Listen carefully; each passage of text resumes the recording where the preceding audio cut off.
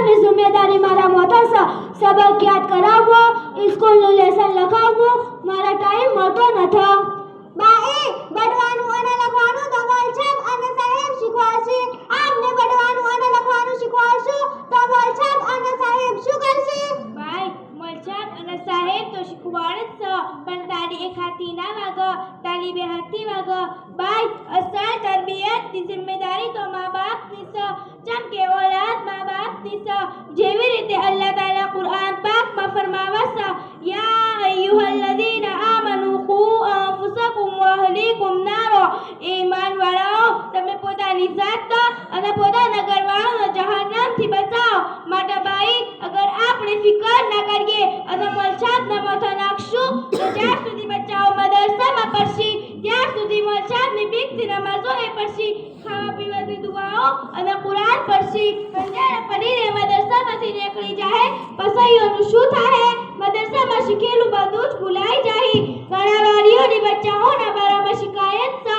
કે ભણતા ના એટલે બધું જ આવડતું હતું અને મદરસામાંથી નીકળ્યા પછી થોડા જ ટાઈમ ફિકર ન કરવાને લીધે બધું જ ભૂલાઈ જાય છે અલ્લાહ તાલાનો ફઝલ છે કે અમારો મા બાપ અમારી તરબિયતની બહુ ફિકર કરે છે સવારે ઉઠવાથી લઈને રાતે હુરવા સુધી નમાઝો કુરાન પાકની તિલાવત મોકા મહલની દુઆઓ ખબર હોશની તસ્બીહો એના સિવાય દીનની લાઈનની વાતો પણ વટાડે છે અને અમારી પૂરી નિગરાણી કરે છે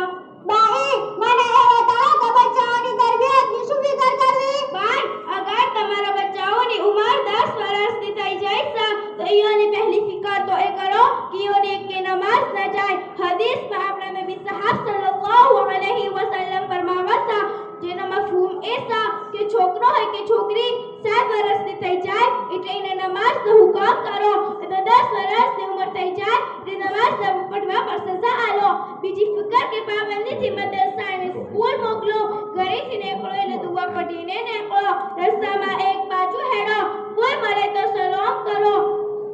કુરાન શરીફ કિતાબ સ્લેટ વગેરે જમણા હાથમાં પકડો ઘરેથી wuzu કરી મિસવાક કરી સાફ લુગડો પહેરી સ્કૂલ અને મદરસામાં જાઓ મદરસામાં ચપ્પલ એક બાજુ મૂકીને જમણા પગે દાખલ થાઓ પોતાના ઉસ્તાદને સલામ કરો પોતાના રૂમની સફાઈનો ખ્યાલ રાખો પોતાના ઉસ્તાદ અને માસ્ટરની ઇજ્જત કરો પોતાના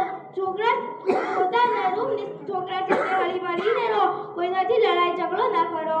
બાઈ જે બચ્ચાઓ મદરસા અને સ્કૂલમાંથી નીકળી જશે તો એની તરબિયતની શું ફિકર કરવી બાઈ જ્યારે બચ્ચાઓ ભણીને નીકળી જાય તો જરા ફિકર વધારો કે નમાઝની પાબંદી ના હતી કુરાન પાકની તિલાવત અડધો પારો કે એક પારો અને ખાવા પીવા હુરવાની અને બીજી મોકા મહલની દુઆનો ઇહ્તિમામ કરો અને જે બચ્ચાઓ અભણ છે ન ભણશે ન ભણશે એના હાથી દોસ્તી ના કરો જેમ કે હારી સોબતનો હારો અસર પડે છે અને ખરાબ સોબતનો ખરાબ અસર પડે છે બાઈ હું એક વાત પૂછવા માંગુ છું કે ઘણાના મા બાપ એમ કહે છે કે ફલાણાનો છોકરો અને છોકરી કેટલું સીધો છે અને અમારા તો બાકાત કરી દીધી બાઈ એનું શું કારણ છે બાઈ એનો બે કારણ સમજમાં આવે છે નંબર 1 મા બાપની જિંદગીનો અસર બચ્ચા ઉપર પડે છે માટે હર એક મા બાપ પોતાની જિંદગી સુધારવાની ફિકર કરવી જોઈએ જેમ કે બચ્ચાઓ મા બાપને જોઈને શીખે છે અગર મા બાપની જિંદગી હારી છે તો બચ્ચાઓની તબિયતનું કોઈ ફિકર કરતું નથી જેના કારણથી બચ્ચાઓ આઝાદ અને બદમાશ અને લોકોના નાક મોઢામ લઈ દીશે જેને તેનો હોમ બોલવું તેના મોટાની હર એકનું તમીઝનું મોઢું ચૂંટી રહેવું કોઈનું નુકસાન કરી નાખવું હર એકની જુબાન ઉપર એ બચ્ચાની બુરાઈ કે ફલાણો છોકરો અને છોકરી તો ગણમતવાર છે બચ્ચાઓની બદમાશીના કારણે મા બાપને ઇજ્જત પર અસર પડે છે માટે હર એક મા બાપ પોતાના બચ્ચાઓની બહુ ફિકર કરે અને નેક બનાવવાની કોશિશ કરે અગર હાથી ફિકર કરશે તો બચ્ચાઓ નેક બનશે અને મોટા થઈને મા બાપના હુકુક ઓળખશે અગર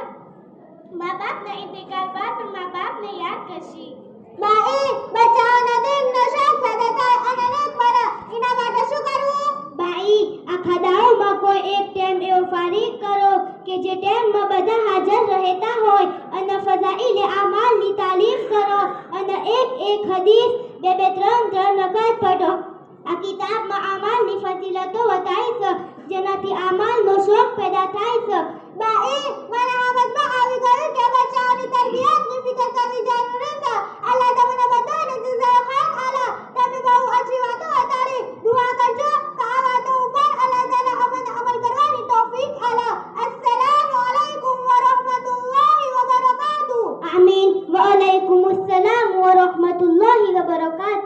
માશાઅલ્લાહ માશાઅલ્લાહ.